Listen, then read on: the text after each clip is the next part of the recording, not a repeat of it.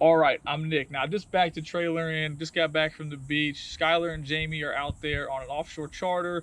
Obviously, today's the last day of red snapper season. They've got 2 fish already, 2 decent fish. The moon's up. We knew it would be a little slow. They're out there, they're getting it done. I wanted to come back while I had a chance and talk to you about how to replace the control assembly. Nothing to it, super simple. I did a video the other day. Someone was asking about the play in here, right? This thing wiggles, okay? It's always gonna wiggle. Depending on whether it's hot or cold, it'll have more play. Just part of the game, and I'll show you why here in a second. Phillips head screwdriver, 4 screws. You can come in here and see it. Put the rudder in the down position so you can turn this out of the way, and you can get to these. Once it's out of the way, you get to those 2 front screws way easier. Now, there's been a bunch of these things breaking recently, and that's actually one of the reasons we make this slim line steering knob, is because the taller one's just a little circle, and it's real easy to get caught on your clothes, your pants, or your life jacket, and then you move, and then you break this whole bottom assembly. Then you got to replace the whole piece.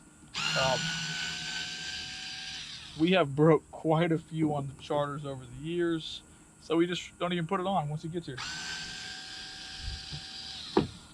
All right, once that is off, this piece is just gonna pull out of there. You're gonna see these straps, right? This is just a center piece. Put this back in the middle. That's what indexes your steering. Make sure your rudder is always in the middle. We're just gonna pull from the back. That'll come out like that. Now, there's a screw here, and you can see this piece that holds that. We're just gonna loosen this screw, which will open that little wedge right there.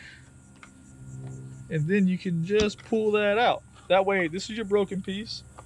It's broken typically right here. You get a whole new assembly, put that back in there. I'll show you how to tighten it down. Make sure that you put your screws back in these holes. You don't want to add any additional holes. Just use the ones that are there. Don't use this or a drill unless you're very confident in what you're doing.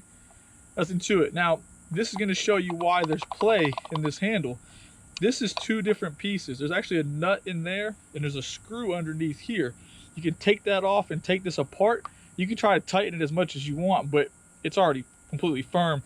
It bottoms out, but you have to have some kind of room here, you know, some kind of tolerances so it spins easy. If it didn't, it would put more stress on the cable and more stress on the rudder system in general trying to turn, right? So you need this to move freely, which causes a little bit of your wiggle.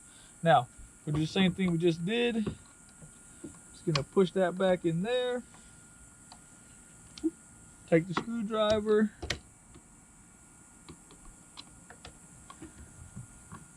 Just snug this up. It's gonna bottom out, okay?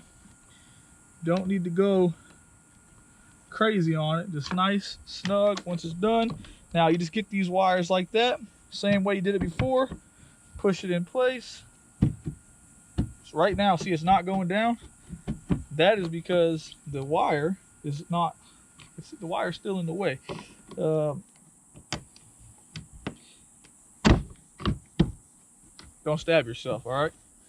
Once that's done, make sure your stuff is lined up. Just temporarily install these things. They're different sizes. The long ones go in the back, okay? I should have mentioned that. But realistically, if you put them in the wrong spot, I think you'll be okay. There's actually an assembly back here that holds those wires in the middle, so those 2 screws do. Don't remove those.